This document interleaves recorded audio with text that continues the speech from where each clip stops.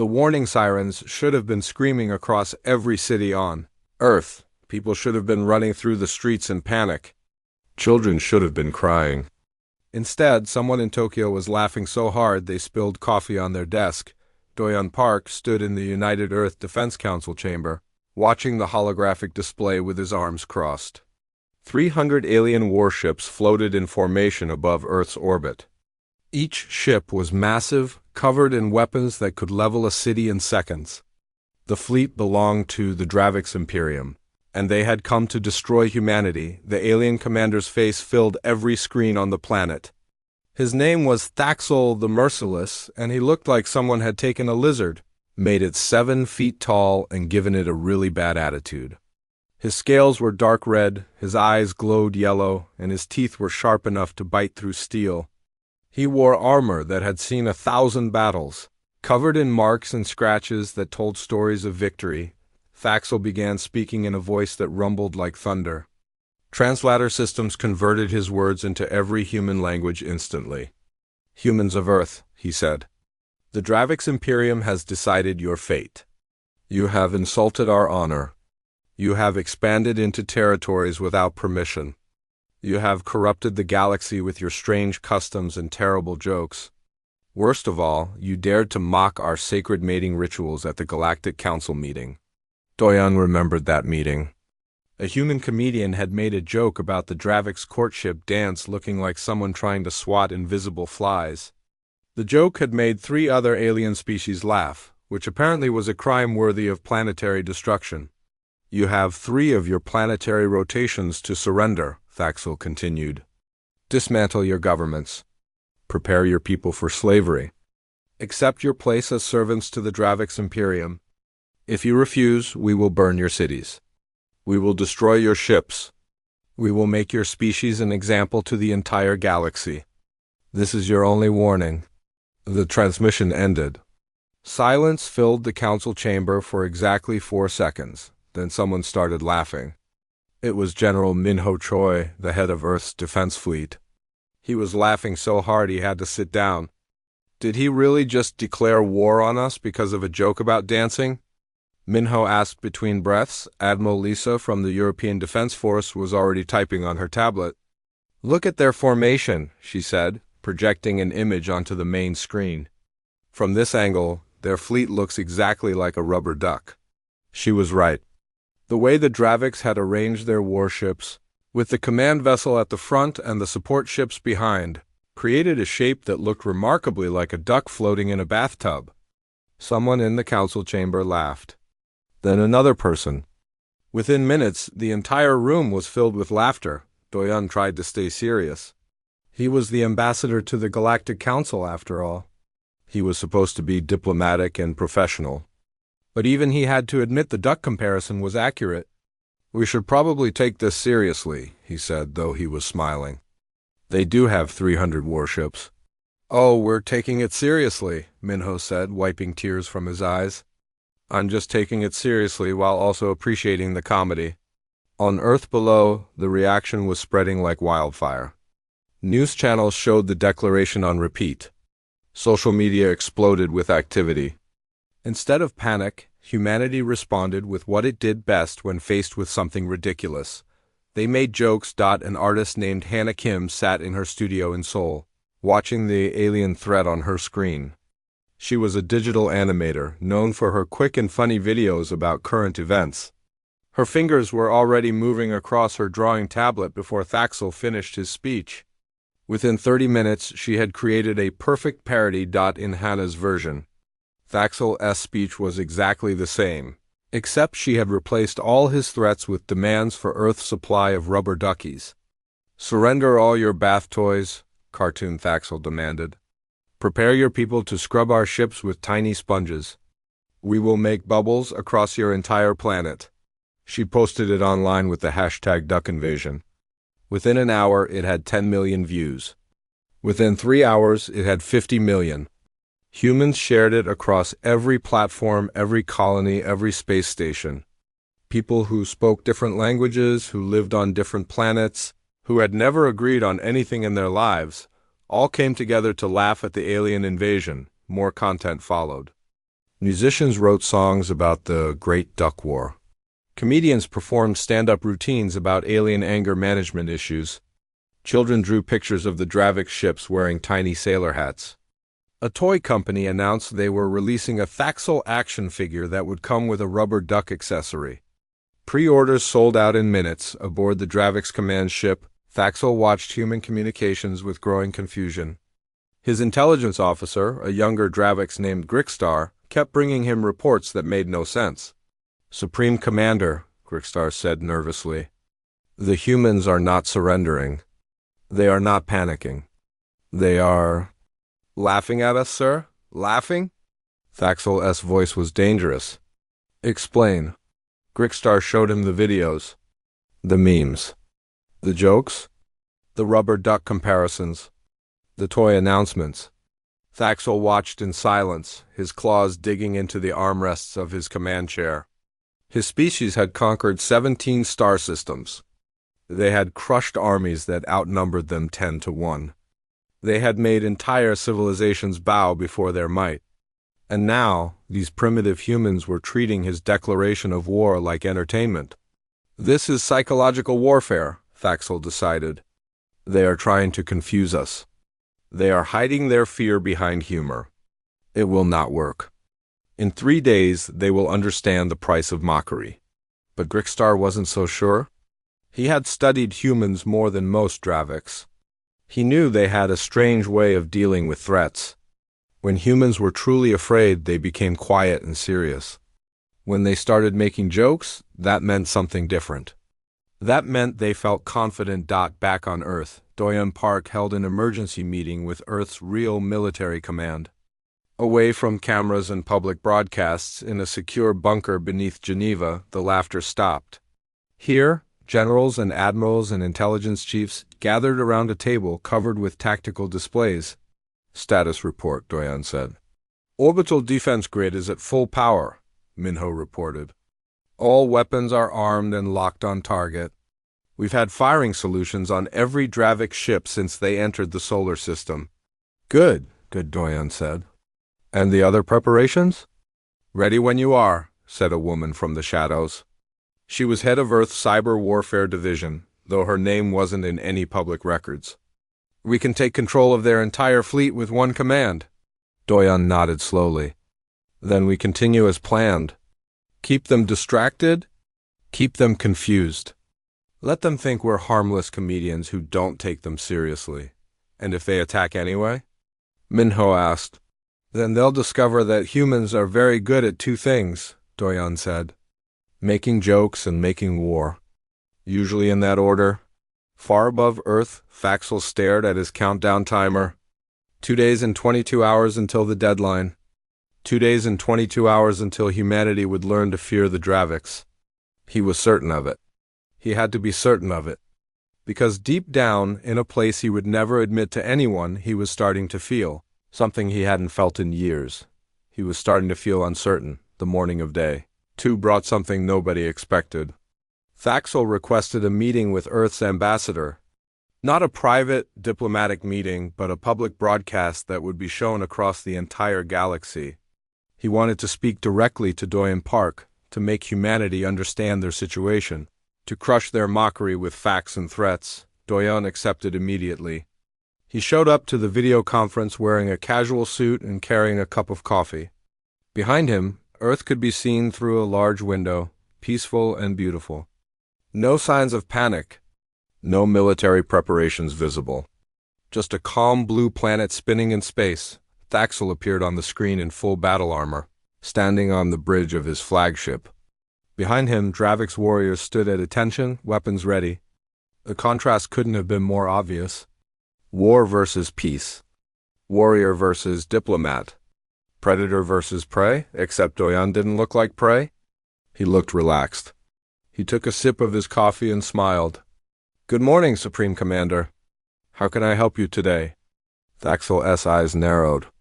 "You can begin by taking this situation seriously. In less than 2 days, my fleet will begin orbital bombardment of your major cities. Billions will die. Your civilization will end. And yet you sit there drinking your primitive beverage as if nothing is wrong. Well, it's good coffee, Doyen said, taking another sip. Would you like some? I could have a cup sent up to your ship. Might help you relax a little. Across the galaxy, billions of beings watched this exchange. In the Galactic Council chambers, representatives from 100 species leaned forward in their seats. The Draviks had never been spoken to this way. Nobody dared to mock them. Nobody dared to be casual in the face of their threats. Relax? Thaxel's voice rose. You dare suggest I need to relax? I am the Supreme Commander of the Draviks Imperium. I have conquered more worlds than you have years in your short life. I have burned planets and scattered their ashes across space. And you treat me like a joke? Not a joke, Doyen said calmly. More like someone who's having a really bad day and taking it out on others. Have you considered therapy? We have some excellent counselors here on Earth. I could recommend a few. There's even an app for meditation. Very helpful for managing anger. The Draviks warriors behind Thaxel shifted uncomfortably. Their commander's face was turning a darker shade of red. His claws were extended. His teeth were showing. But the human just sat there, sipping coffee, looking genuinely concerned about Thaxel's mental health. You think this is funny? Thaxel demanded. A little bit, yes, Doyen admitted. I mean, you're threatening to destroy our entire planet because someone made a joke about dancing? That's objectively funny. It's like declaring war because someone said your haircut looks weird. We do not have hair, Thaxel growled. Exactly my point, Doyen said. It wouldn't make sense to be upset about it. Just like it doesn't make sense to kill billions of people over a comedy routine. This conversation was being recorded and broadcast everywhere. On Earth, people watched in amazement as their ambassador treated an alien warlord like a frustrated child. In alien worlds, species that had cowered before the Draviks for generations saw their oppressors in a new light. The mighty Thaxel, conqueror of 17 systems, was being given life advice by a human drinking coffee. The interview lasted another 20 minutes. Every time Thaxel made a threat, Doyen responded with calm logic or gentle mockery. When Thaxel described the weapons that would rain fire on Earth cities, Doyen suggested he might want to journal about these violent feelings.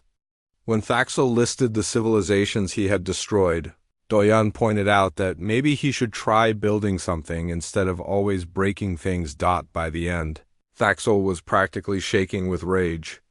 You will regret this, he said. In 2 days you will beg for mercy. If you say so, Doyen replied. But the offer for therapy still stands. I'm serious about that app. It's really quite good. The transmission ended. Within minutes, the interview became the most watched program in galactic history.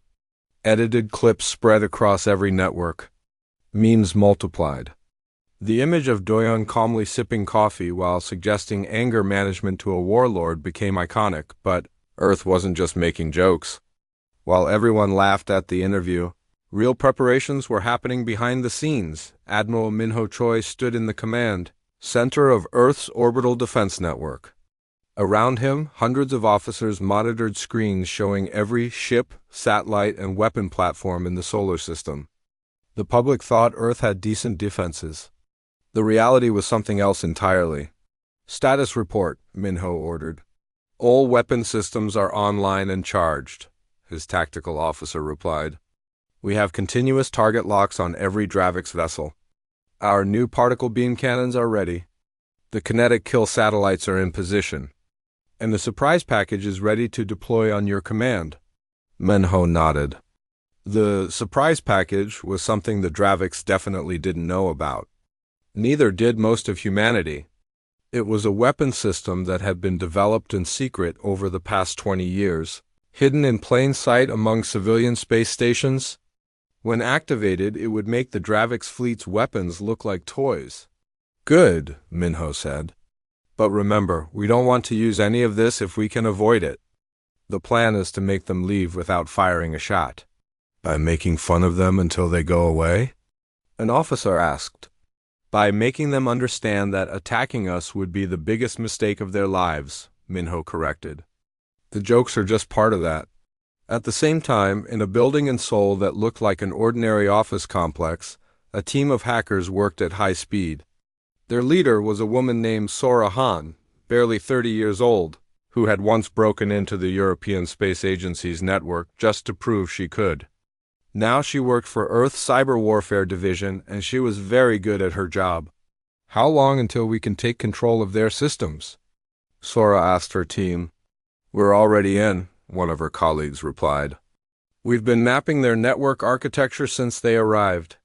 Their security is good, but it's designed to stop other aliens, not humans. They don't think like we do." Sora smiled. "Show me what we can do." Her colleague brought up a display showing the Dravix fleet's communication network. With a few keystrokes, they demonstrated their access. "We can monitor all their internal communications. We can activate or deactivate any system on their ships. We can control their weapons, their engines, even their life support. And they have no idea we're there." "Perfect," Sora said. "Prepare Package 7? Package 7 was special. It was a program designed to do something very specific to the Dravix fleet, something that would be humiliating but not harmful. They would deploy it if the Dravix actually attacked back in the public eye. Earth's response to the invasion continued to be comedy. A famous comedian named Jiho Lee held a special performance that somehow got broadcast into the Dravix fleet's communication network. Nobody knew how it happened. Officially, it was an accident. Unofficially, Sora's team had made sure every Dravix warrior with a personal screen would receive the show. Jiho's routine was titled, "My Alien Overlords Are So Demanding." He spent an hour talking about the invasion, making jokes about Thaxel's dramatic speeches, imagining what Dravix therapy sessions would look like, and suggesting that maybe the real problem was that nobody had ever told Thaxel no before. The show was meant for humans. But thousands of Dravix warriors watched it too. And some of them, despite themselves, found it funny. Grickstar, Thaxel's second-in-command, watched the entire performance. He didn't laugh out loud, that would have been dangerous, but he felt something strange. He felt doubt about whether conquering Earth was really worth it. Doubt about whether humans were actually as weak as they seemed. Doubt about whether his supreme commander had made a very serious mistake. On Earth, children started a fundraiser. They wanted to buy cushions for the Dravix warriors because, as one 10-year-old girl explained to a news camera, their chairs look really uncomfortable, and maybe that's why they're so angry all the time. The fundraiser raised 3 million credits in 6 hours. A furniture company offered to donate cushions for the entire Dravix fleet. The news coverage showed human children picking out colors and patterns for their angry alien friends. Thaxel watched all of this from his command chair. His intelligence officers kept bringing him reports. The humans were making toys of his image. They were writing songs about his fleet. They were treating his invasion like a cultural event, not a disaster. And underneath all the laughter, Thaxel was starting to feel something cold in his chest. The feeling that maybe, just maybe, he didn't understand humans as well as he thought. The feeling that all this mockery might be hiding something else. The feeling that he had made a terrible mistake, but he had come too far to turn back now. The whole galaxy was watching. In less than a day, Earth's deadline would expire. And then the universe would see what happened when someone dared to laugh at the Dravix Imperium. The deadline arrived at midnight, Earth Standard Time. All across the planet, people gathered to watch. In homes and public squares and orbital stations, humanity watched the sky and waited. But they weren't afraid. They were curious. Some were excited. Many were still making jokes. Thaxel sat in his command chair, surrounded by his officers. Every warrior in the fleet was at battle stations. Weapons were powered and ready. Target coordinates were locked on every major Earth city. The moment had come to show the galaxy what happened when someone dared to mock the Dravix Imperium. "Begin the attack," Thaxel ordered. His weapons officer hesitated for just a second. Then he entered the command. 300 warships turned their weapons toward Earth. Energy signatures spiked as plasma cannons charged. Missile tubes opened. The fleet descended toward the planet, ready to deliver destruction. And that's when Earth cities lit up. Massive holographic projectors, activated in every major population center. Images appeared in the sky, so large they could be seen from orbit. But they weren't images of weapons or shields or military might. They were images of Thaxel's face, photoshopped onto various Earth animals over New York. Thaxel's head appeared on a kitten's body, chasing a ball of yarn. Over London, he was a penguin slipping on ice. Over Tokyo, he was a hamster eating a tiny burrito. Over Mumbai, he was a sloth hanging from a tree branch with text reading "much scare." Very intimidate. Over Sydney, his face was on a kangaroo wearing boxing gloves. The holographic displays were enormous, impossible to miss, and absolutely ridiculous. Aboard the Dravix fleet, warriors stared at their targeting screens in confusion. How were they supposed to bomb cities while those images floated in the sky? It felt wrong somehow, undignified. "Ignore the displays," Thaxel commanded. "Continue the attack." But his warriors were already distracted. And that's when Earth's real defense system activated. All around the planet, in positions that had been carefully hidden, orbital defense stations uncloaked. They had been there all along, invisible to sensors, waiting. Dozens of them. Then hundreds. Within seconds, Earth was surrounded by a defensive grid that made the Dravix fleet look small. Admiral Minho Choi's voice broadcast on all channels, including those of the Dravix fleet. "Good evening, Thaxel. I hope you've enjoyed your stay in our solar system. Before you continue with this attack, I thought you might want to see something." The targeting displays on every Dravix ship suddenly changed. They no longer showed Earth cities. Instead, they showed red indicators on every single Dravix vessel. Lock symbols. Weapons targeting them. Hundreds of weapons from Earth's defense grid, all aimed and ready to fire. "We've had you targeted since the moment you arrived," Minho continued, his voice calm and professional. "Any of those defense stations could destroy your entire fleet within minutes. We chose not to. We preferred to give you time to reconsider this whole war idea."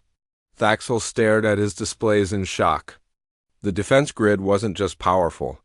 It was advanced. The technology was far beyond what Earth should have possessed. The primitive humans who had only joined the Galactic Council 3 generations ago somehow had weapons that made Dravix military hardware look outdated. "This is a trick," Thaxel said, but his voice lacked confidence. "Those stations are holograms like your city displays. Would you like us to prove they're real?" Minho asked. "We could destroy one of your scout ships as a demonstration. Or would you prefer to keep all your people alive?" Before Thaxel could respond, something else happened. Something impossible. The war hymn that played constantly aboard Dravix ships, the ancient battle song that inspired their warriors, suddenly cut off. For a moment there was silence. Then music began playing. Earth music. It was a song called "Never Gonna Give You Up" by an ancient Earth artist named Rick Astley. It played on every speaker in the Dravix fleet. In the command bridge, in the warrior quarters, in the engine rooms, everywhere. The upbeat melody and cheerful vocals replaced the aggressive drums of the war hymn. Dravix warriors looked at each other in confusion. Their communication systems were compromised. Completely compromised. Someone had taken control of their entire network. In her office in Seoul, Sorahan smiled as she watched her program work perfectly. Her team had spent hours preparing this. They called it Operation Duckroll. The name was a reference to an old Earth joke that seemed particularly fitting for the situation. "How did they do this?" Grickstar asked, his voice filled with an emotion Dravix rarely felt. Fear. Thaxel had no answer. He tried to override the music, but nothing worked. The humans had complete control of his ship's systems. They could probably do anything they wanted. They could shut down life support. They could detonate the weapon systems. They could take control of the engines and fly the fleet into the sun, but they didn't do any of that. They just played music. Annoying, cheerful, impossible to ignore music. Minho's voice came back on the communication channel. "I apologize for the inconvenience, Supreme Commander. My people got a bit carried away with the demonstration. Let me be clear about the situation. We can destroy your fleet. We can disable your fleet. We can control your fleet. We've been able to do all of this since you arrived. We chose not to because, believe it or not, we don't actually want to kill you. Then why this mockery? Thaxel demanded, gesturing at the displays showing his face on various animals. At the speakers playing Earth pop music. Because, Minho said, and now his voice was serious, we wanted you to understand something. You came here thinking we were weak. You thought mockery and jokes meant we weren't dangerous. But here's the truth, the real truth. Humans are very good at two things: making jokes and making war. Usually in that order. Admiral Minho opened a private channel to Thaxel, one that wouldn't be broadcast to the whole galaxy. I'm going to be honest with you, Commander. Your weapons are impressive by galactic standards. But Earth's military technology is approximately 400 years ahead of what we've shown the Galactic Council. We've been playing weak. We've been letting other species think we're harmless comedians who barely know how to fight. Why? Thaxel asked. Because we learned a long time ago that the most dangerous weapon isn't the one that destroys your enemy, Minho explained. It's the one that makes them not want to fight in the first place. We could have destroyed your fleet the moment you entered our solar system. We could have done it quietly, made it look like an accident. But that would have made other species fear us. Instead, we made you a joke. Now, who has the real power? Thaxel understood then. The laughter, the memes, the mockery, it had all been psychological warfare. While the galaxy laughed at him, Earth had been in complete control the entire time. They had turned him into entertainment while pointing weapons at his head. And he had never even realized it. You have a choice, Minho said. You can continue this attack. You'll lose badly and everyone in the galaxy will know it. The mighty Dravix Imperium, destroyed by the humans they thought were weak. Or you can leave peacefully and we'll all pretend this was just a misunderstanding. We'll even stop the music and take down the funny pictures. Grickstar leaned close to Thaxel and whispered, Commander, we should retreat. This was a mistake. These humans are not what we thought. Thaxel sat frozen in his command chair. Rick Astley's voice continued singing in the background. On his displays, his own face stared back at him from a kitten's body. Around his fleet, hundreds of Earth weapons maintained their targeting locks. Every warrior under his command was watching, waiting for his decision. For the first time in his military career, Supreme Commander Thaxel the Merciless had absolutely no idea what to do. Somewhere on Earth, Hannah Kim was creating a new animation. In this one, the Dravix fleet slowly backed away from Earth while cartoon sweat drops appeared on their ships.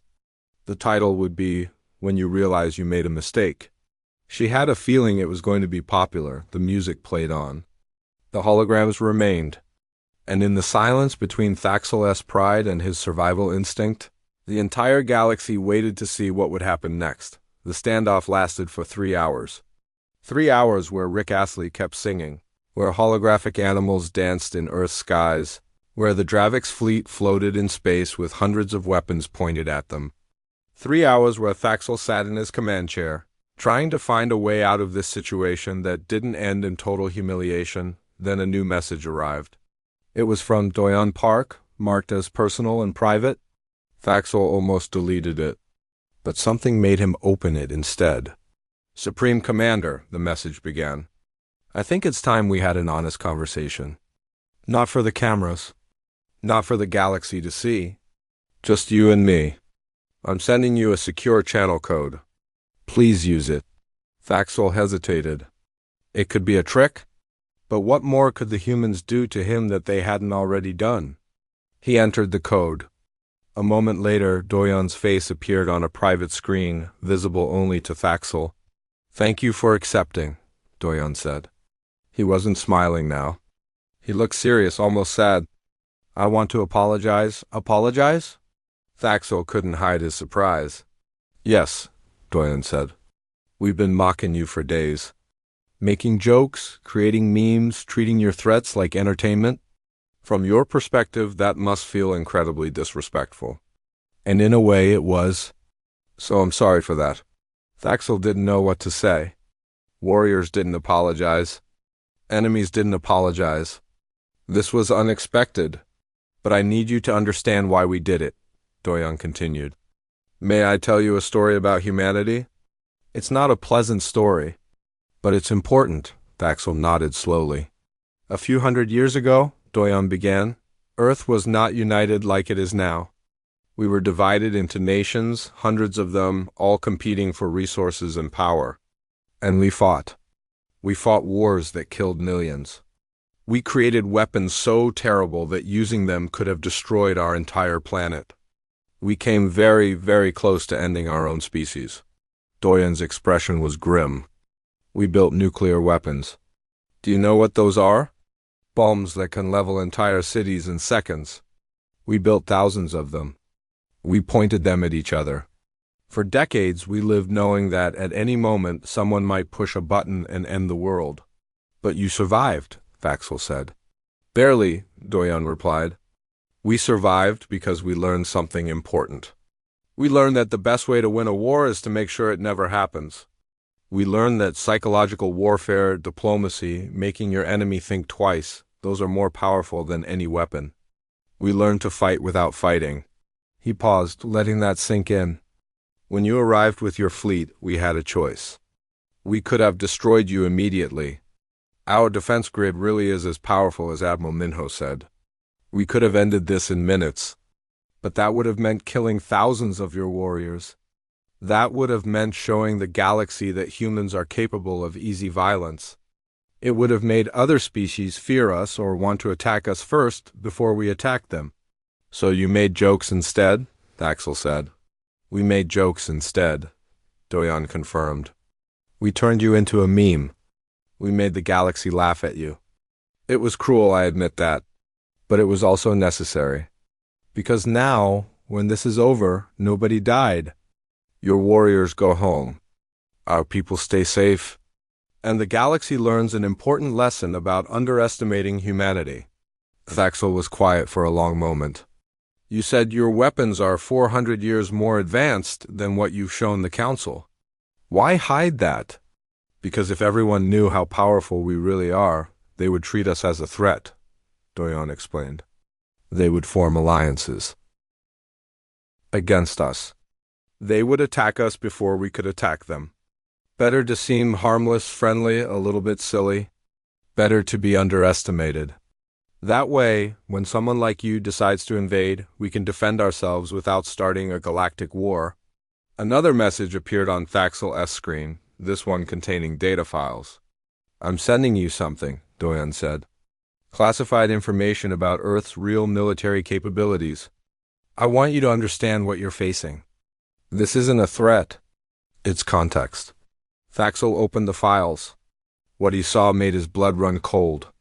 The defense stations in orbit were just the beginning. Earth had weapon systems that could crack planets. They had ships that could move faster than anything the Draviks had ever built.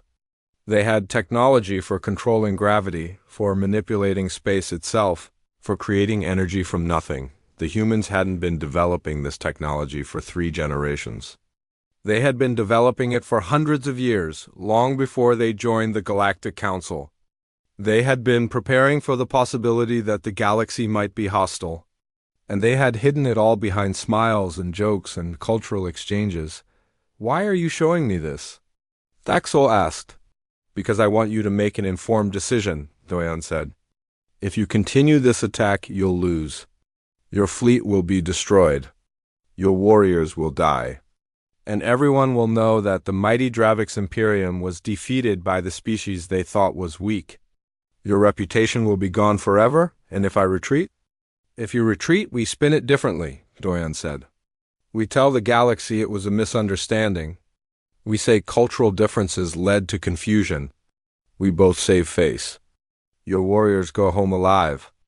And maybe, just maybe, we can eventually be friends instead of enemies. Thaxel wanted to argue. He wanted to say that Draviks didn't retreat, that honor demanded he continue the fight. But he was starting to understand something about honor. What honor was there in leading his warriors to certain death? What honor was there in continuing a fight he couldn't win? On another channel, a woman's voice interrupted. Supreme Commander, this is Unji Nam from Earth's Strategic Planning Division. I've been asked to explain something to you. A new face appeared on Thaxel's screen, a calm woman with gray hair. The jokes, the memes, the mockery, they weren't just random. They were carefully planned psychological operations. We studied your culture. We knew that reputation was everything to the Draviks. We knew you couldn't lose face. So we attacked your reputation first? You made us a joke before we could be a threat, Thaxel said, finally understanding. Exactly, Yunji confirmed. And now you have a choice. Continue and become a bigger joke when you lose. Or retreat and let us help you manage the narrative. We're actually quite good at public relations. A third message arrived, this one from the Galactic Council itself. Thaxel opened it with a sense of dread. The Council representative's message was brief and pointed. Supreme Commander Thaxel, the Council has been monitoring this situation. If you proceed with an attack on Earth, the humans have filed a petition for the right to defend themselves by any means necessary. Given the unprovoked nature of your aggression, we would likely grant that petition. We strongly suggest you reconsider your current course of action. The message continued with something that surprised Thaxel even more. Additionally, several Council species have privately communicated that they will not support any Dravik's action against Earth. Some have suggested they might actively defend the humans if necessary. Your invasion has made humanity quite popular. Grickstar, who had been monitoring these communications, spoke quietly. Commander, we must retreat. This battle was lost before it began. The humans knew we were coming. They prepared. They turned the entire galaxy against us without firing a shot. They are more dangerous than any species we've ever faced, not because of their weapons, but because of their minds. Thaxel looked around his bridge. He saw his warriors brave and ready to fight, but also confused and uncertain. He saw his weapons officer, who had hesitated to fire on those ridiculous holographic displays. He saw his communication specialist, still trying to stop the Earth music from playing throughout the ship. He thought about his 17 conquered systems. The species his people had defeated, the reputation they had built over centuries. And he realized that reputation was about to change no matter what he did. The only question was whether it would change with his warriors alive or dead. You're right, he said quietly to Grickstar. Then louder, to the whole bridge, prepare to withdraw from Earth space. His officers stared at him in shock. But they also looked relieved. THX single quotes all opened the channel to Doyon one last time. What you did to us was cruel. Yes, Doyon agreed. War is cruel. But at least this way, you get to go home. I will not forget this, Thaxel said. Good, Doyon replied. We don't want you to forget. We want you to remember that humans are not what they seem. We want you to tell everyone what happened here.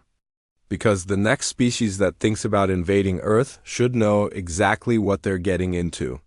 The channel closed. Thaxel sat back in his chair and began giving orders for the retreat. The music finally stopped. The holographic displays faded, and the Dravik's fleet slowly turned away from Earth, their weapons unfired. Their warriors alive, but their pride in pieces. On Earth, people watched the alien ships leave and cheered. They thought they had won through humor and courage. They had no idea about the weapons platforms hidden in orbit, or the cyber attacks that had compromised the Dravik's fleet, or the careful psychological warfare that had made victory possible without violence. And that's exactly how Earth wanted it. 3 months after the Dravik's fleet left Earth's orbit, Thaxel sat in a small apartment on a colony world far from Dravik's space. He was no longer Supreme Commander. He was no longer addressed with respect or fear. He was just an exile, stripped of his titles and rank, living on what little savings he had managed to keep. The Dravik's government had made him the villain of the story. They said he had acted without proper authorization. They said he had embarrassed the entire Imperium. They said the retreat was his personal failure, not a reflection on Dravik's military power. But everyone knew the truth. The mighty Dravix had challenged Earth and backed down. No amount of political spin could change that. On his small screen, Thaxel watched Galactic News. The top story was about Earth's rising influence in the Galactic Council. Species that had once ignored human proposals were now listening carefully. Trade agreements were being signed. Cultural exchanges were being arranged. And everywhere, there was talk about Earth's mysterious military capabilities that nobody had fully understood until now. A knock came at his door. Thaxel opened it carefully, one hand near his weapon. Standing in the hallway was Grickstar, his former second-in-command. "May I come in?" Grickstar asked. Thaxel stepped aside. Grickstar entered and looked around the sparse apartment. "I brought you this," he said, handing over a datapad. "Your pension was approved. It's not much, but you'll be comfortable." "Thank you," Thaxel said quietly. They sat in silence for a moment. Finally, Grickstar spoke. "I requested asylum on Earth. They approved it this morning." Thaxel looked at him in surprise. "Why would you do that?" "Because I'm tired," Grickstar said simply. "Tired of conquest. Tired of war. Tired of pretending that violence is the only way to live. The humans offered me something different. A chance to help bridge understanding between species. To be a cultural liaison. To do something other than fight." "They could be using you," Thaxel warned. "Probably," Grickstar agreed. "But at least they're using me for peace instead of war. That's something." He stood to leave, then paused. "You should watch the interview Ambassador Park gave yesterday. He talked about you." After Grickstar left, Thaxel found the interview. Doyon sat in a comfortable chair, speaking with a journalist from the Galactic News Network. When asked about Thaxel, Doyon's response surprised him. "Supreme Commander Thaxel was a warrior doing what warriors do," Doyon said. "He saw a perceived insult and responded with force as his culture taught him. I don't hate him for that. In fact, I respect that he chose to retreat rather than sacrifice his warriors in an unwinnable fight. That took courage." The journalist seemed surprised. "But he threatened to destroy Earth." "He did," Doyon agreed. "And we responded by showing him that destruction wasn't necessary or wise. Both sides walked away alive. Both sides learned something. That's not a bad outcome for what could have been a tragedy." Thaxel turned off the screen. He didn't know if he felt better or worse after hearing that dot on Earth. Life had returned to normal, but normal had changed slightly. People talked about the invasion like it was a historical event, something exciting that had happened but was now safely in the past. The memes were still popular. Toy companies still sold Thaxel action figures, though now they came with a small card that explained Dravix's culture and suggested donating to intergalactic understanding programs. Hannah, Kim's animation studio, had grown significantly. She now had contracts with several alien species who wanted her to create cultural education content. Her parody video of Thaxel had opened unexpected doors. She was becoming famous across the galaxy, known as the artist who had turned an invasion into art. In a military bunker beneath Geneva, Admiral Minho Choi met with Earth's Defense Council. They were reviewing the aftermath of what everyone, now called the Dravix incident. Public opinion polls show that 87% of surveyed alien species now view Earth more favorably, an intelligence officer reported. Fear of human aggression is down. Interest in human culture is up. Trade requests have increased by 40%. And military assessments? Minho asked. Every major power is reassessing their intelligence on Earth, the officer continued. They know we're more powerful than we seemed, but they don't know exactly how powerful. That uncertainty is working in our favor. Nobody wants to test us. Good, Minho said. That was the goal?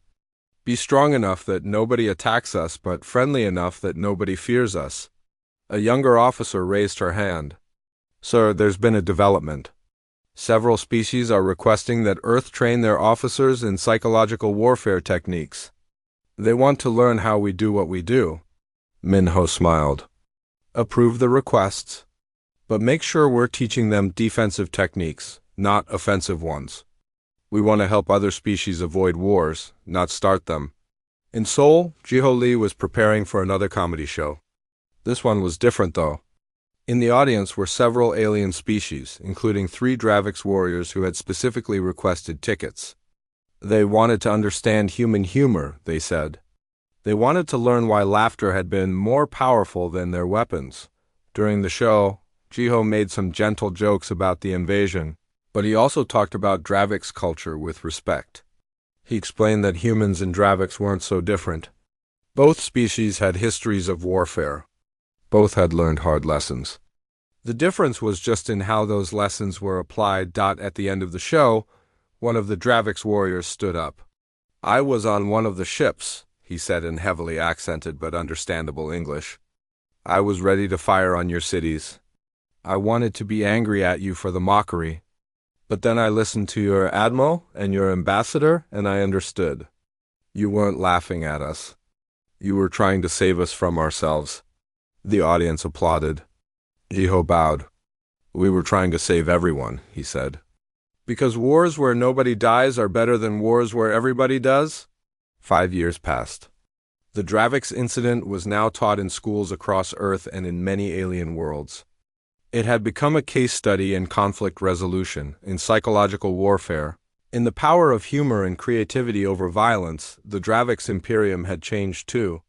They still had a powerful military, but they had started exploring other options for resolving disputes.